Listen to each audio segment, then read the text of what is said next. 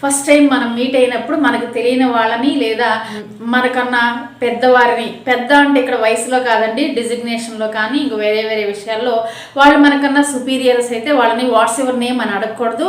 May I know your good name please, నేను మీ name తెలుసుకోవచ్చా అండి. Do you have any siblings? Do you have any siblings? Siblings అంటే తోబుట్టువులు. It may be brother or sister. If you have any siblings, you can answer yes, I have a brother and a sister. No, I don't have any siblings. మీకు ఎవరైనా ఉంటే ఒక అక్క ఒక తమ్ముడు.